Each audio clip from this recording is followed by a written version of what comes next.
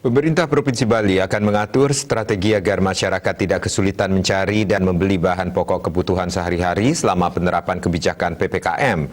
Pemerintah terutama akan memprioritaskan masyarakat yang tergolong tidak mampu yang jumlahnya meningkat akibat pemutusan hubungan kerja.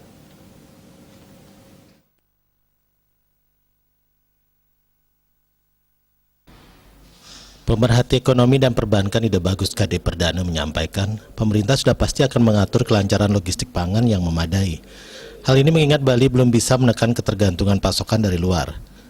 Pemerintah juga diyakini akan berupaya menjaga dan mengendalikan harga-harga agar tidak melonjak drastis sehingga pertumbuhan ekonomi Bali pada Januari 2021 bisa terjaga.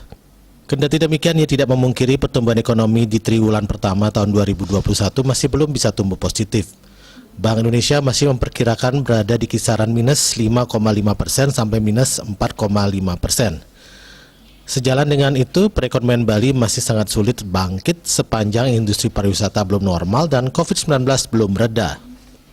Di sisi lain, ia mengungkapkan di tengah pandemi COVID-19 ini, pemerintah dapat mengambil langkah cepat dan luar biasa dengan membangkitkan sektor-sektor di luar industri pariwisata, termasuk segera mengambil langkah luar biasa dengan mengerjakan proyek-proyek infrastruktur, jalan, waduk, dan lainnya.